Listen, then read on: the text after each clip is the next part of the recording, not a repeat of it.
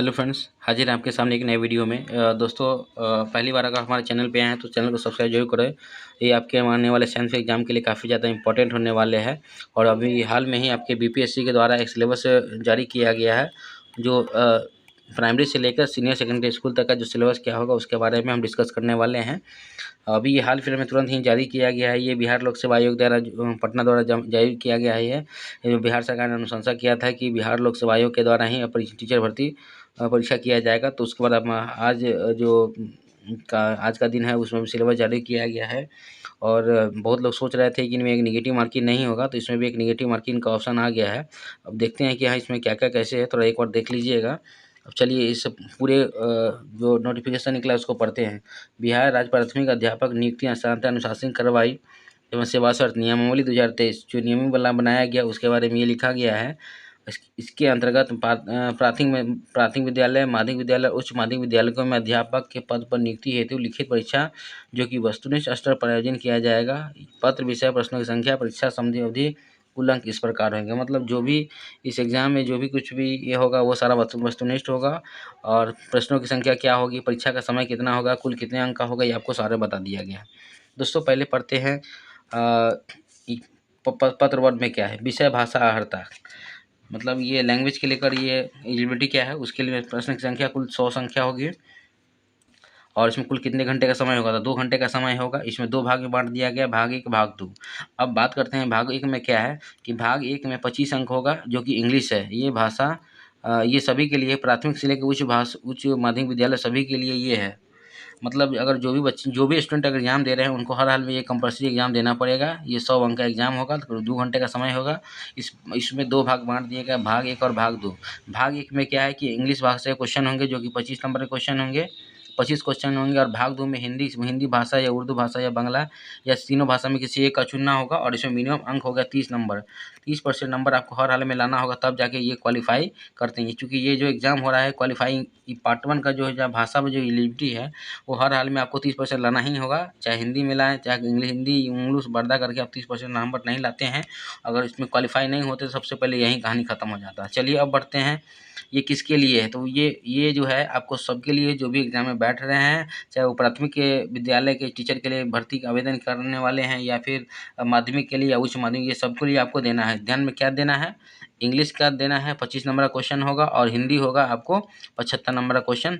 कुल मिलाकर होता है 100 नंबर का। 100 में कम से कम 30% नंबर लाना अब आपको जरूरी है, तभी जाके आप इसमें क्वालिफाई करेंगे। अब बढ़ते हैं आगे क्या है इसमें।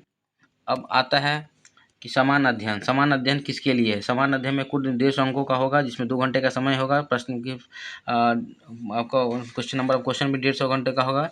और ये जो है प्राथमिक विद्यालय को अच्छा अध्यापकों के लिए, मतलब जो प्राइमरी स्कूल के टीचर हैं उनके लिए है। इसमें कौन कौन सा सब्जेक्ट है, एक गणित है, मानसिक क्षमता है, परीक्षण है, सामान्य जागरूकता है, सामान्य बुद्धि विकास है, विज्ञान है, भारतीय राष्ट्रीय आंदोलन की भूमिका, पर्यावरण संबंध। मतलब कहने का मतलब कोई हिंदी, ये मैथ ही पूछने वाला है आपको, मैथ का रीजनिंग भी पूछने वाला है। उसका परीक्षण हो गया, वही गया सामान्य जागरूकता, मतलब करंट अफेयर्स भी है। विज्ञान की बात करें, विज्ञान भी पूछेगा, सामाजिक विज्ञान है उससे भी पूछेगा, भारतीय राष्ट्रीय आंदोलन में क्या क्या उसका नहीं पूछेगा, भूगोल के बारे में पूछ लिया, पर्यावरण के बारे में पूछ लिया, मतलब बचा क्या, सारा चीज़ से पूछ ही लिया। ये कुल एग्जाम 150 नंबर का होगा, और ये 150 नंबर का होगा, और 150 क्वेश्चन होंगे इसमें 2 घंटे का इसका। लेकिन इसका स्तर उम्मीदवार के हेतु निर्धारित आलोक में, मतलब कहने का मतलब है कि जो न्यूनतम आलोक होगा उसके उपलक्ष्य में ये क्वेश्चन पूछा जाएगा। बढ़ते हैं दोस्तों, नेक्स्ट क्वेश्चन क्या है। समझ में आ गया होगा, शायद आपको आया है नहीं है, बता देते हैं। आप शॉर्टकट में समझ लीजिए ये क्या है।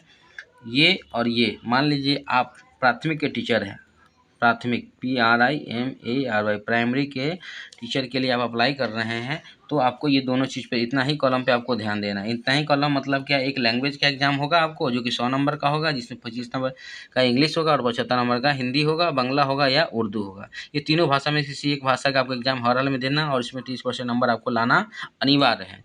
अब बच गया दूसरा एग्जाम, आप कौन सा एग्जाम में क्वालिफाई करिएगा तो आपको मिलेगा। तो ये जो सिलेबस आपको दिया गया है इसमें आपको पढ़ लीजिएगा ना। इसमें अगर आपको आता है, जो कि कुछ क्राइटेरिया बनाया गया है कि जनरल के लिए 40% नंबर लाना है, अगर इतना ला देते हैं तो समझिए कि आप सक्सेस हो गए। मिनिमम एलिजिबिलिटी है। चलिए दोस्तों आगे बढ़ते हैं। अब तो हो गया प्राइमरी ख़त्म, अब हो गया माध्यमिक के लिए।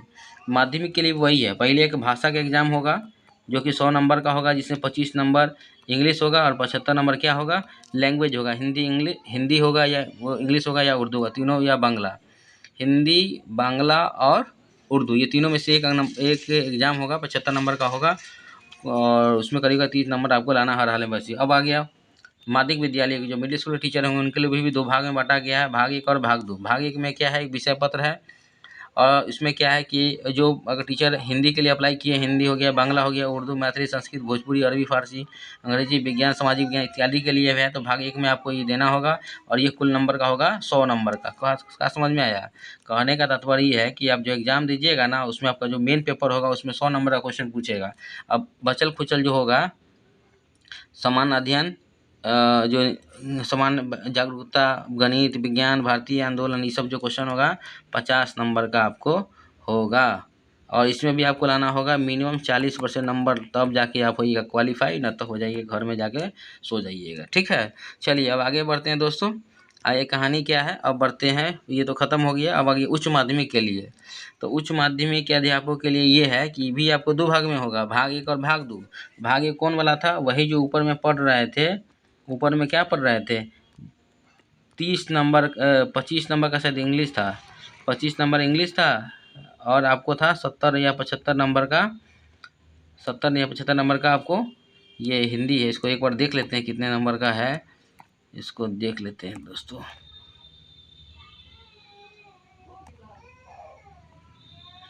25 नंबर का, सॉरी, हाँ दोस्तों इसमें भी वही है, 25 नंबर का जो है ना,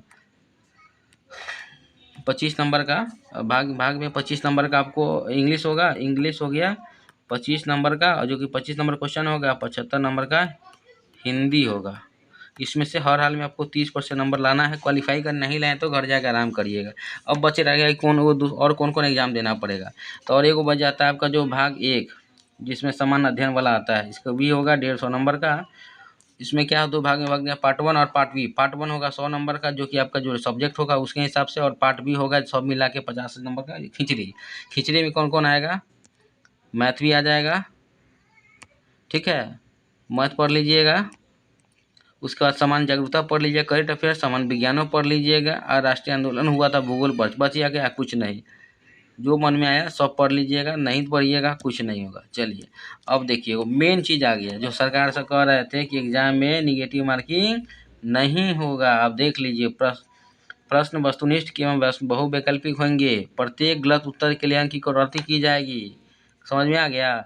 अब देखिए इसमें क्या है, परीक्षा में मेधा निर्धारण हेतु समान वर्ग को 40%, पिछड़ा वर्ग को 36%, अत्यंत पिछड़ा वर्ग को 34% और अनुसूचित जाति जनजाति के लिए निष्ठता के लिए 32% न्यूनतम अर्हता प्राप्त करना होगा, अन्यथा वो परीक्षा से बाहर हो जाएंगे।